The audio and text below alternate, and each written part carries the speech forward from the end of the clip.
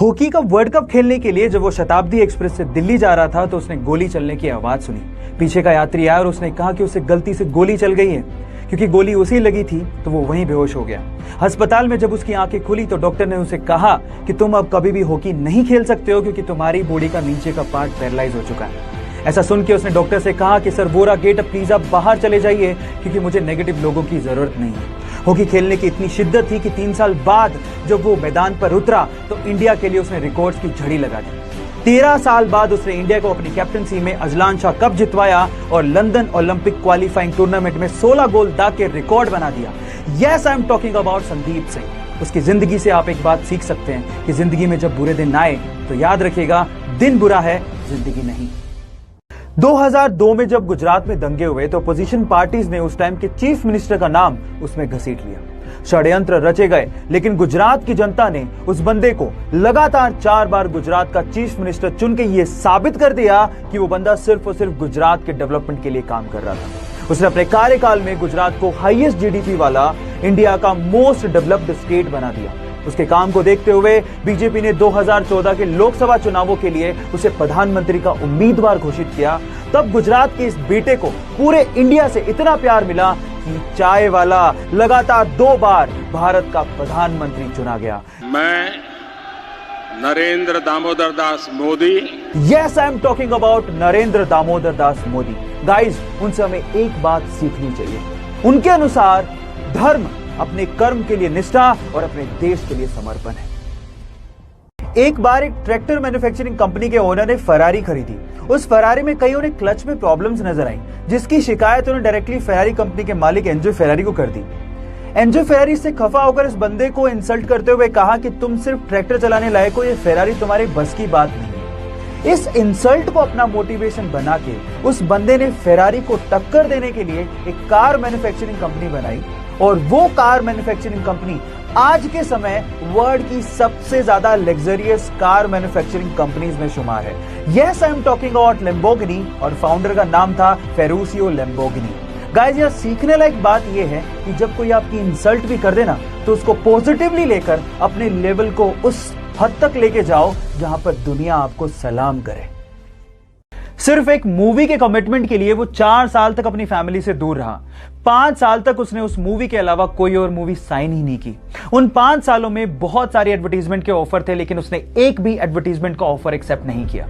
हालात ये थे कि 5 सालों में वो बैंकरप्ट हो गया था। बहुत सारे एडवर्टीजमेंट वाले उसे एडवांस में पैसा देने को तैयार थे।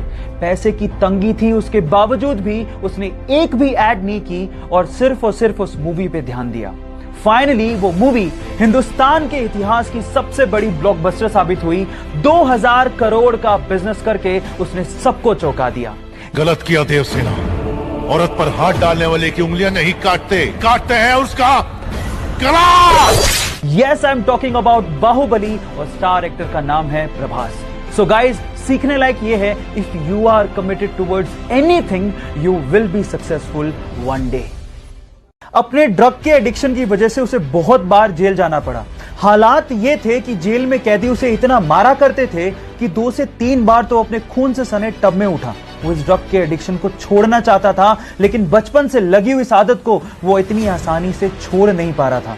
फाइनली अपनी नरक सी जिंदगी से बाहर निकलने के लिए और अपनी गर्लफ्रेंड से शादी करने के लिए उसने ड्रग के एडिक्शन को छोड़ने का फैसला किया और इन ड्रग्स को ओशन में बहा दिया और उसके बाद अपने एक्टिंग करियर पे फोकस करना शुरू किया।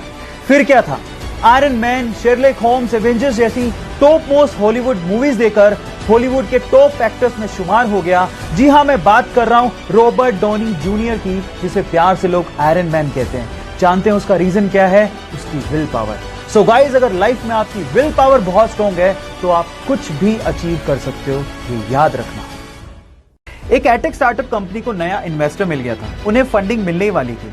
इस खुशी में वो एडवांस में अपने एम्प्लॉयज को पार्टी दे रहे थे, लेकिन पार्टी के ड्यूरेशन में ही पता लगा कि इन्वेस्टर ने बैक कर लिया, उन्हें वो फंडिंग नहीं मिलने वाली है। इतनी बड़ी बात की खबर उन्होंने अपने एम्प्लॉयज को उस वक्त पार्टी में नहीं दी।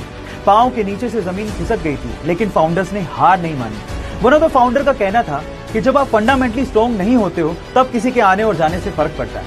क्योंकि कंपनी बहुत ज्यादा फंडामेंटली स्ट्रॉन्ग थी, इसलिए बहुत सारे उतार और चढ़ावों को सहते हुए सी लेवल में हाईएस्ट $42 मिलियन का फंडिंग कंपनी ने उठाया और एडटेक इंडस्ट्री में टॉप मोस्ट कंपनीज में शुमार हो गई। Yes, I'm talking about Vedantu, जिनके फाउंडर्स के नाम हैं Vamsi Krishna, Anand Prakash and Pulkit Jain. So guys, if you are fundamentally strong, if your ideas are fundamentally strong, don't worry, you will be successful one day. एक edtech startup company को नया investor मिल गया था, उन्हें फंडिंग मिलने ही वाली थी। इस खुशी में वो एडवांस में ही अपने एम्प्लॉयज को पार्टी दे रहे थे, लेकिन पार्टी के ड्यूरेशन में ही पता लगा कि इन्वेस्टर ने बैक कर लिया, उन्हें वो फंडिंग नहीं मिलने वाली। इतनी बड़ी बात की खबर उन्होंने अपने एम्प्लॉयज को उस वक्त पार्टी में नहीं दी। पांव के नीचे से जमीन खिसक गई थी, लेकिन फाउंडर्स ने हार नहीं मानी। वन ऑफ द फाउंडर का कहना था कि जब आप फंडामेंटली स्ट्रॉन्ग नहीं होते हो तब किसी के आने और जाने से फर्क पड़ता है। क्योंकि कंपनी बहुत ज्यादा फंडामेंटली स्ट्रॉन्ग थी, इसलिए बहुत सारे उतार और चढ़ावों को सहते हुए सी लेवल में हाईएस्ट $42 मिलियन का फंडिंग कंपनी ने उठाया और एडटेक इंडस्ट्री में टॉप मोस्ट कंपनीज में शुमार हो गई। Yes, I'm talking about Vedantu, जिनके फाउंडर्स के नाम हैं Vamsi Krishna, Anand Prakash and Pulkit Jain. So guys, if you are fundamentally strong, if your ideas are fundamentally strong, don't worry, you will be successful one day.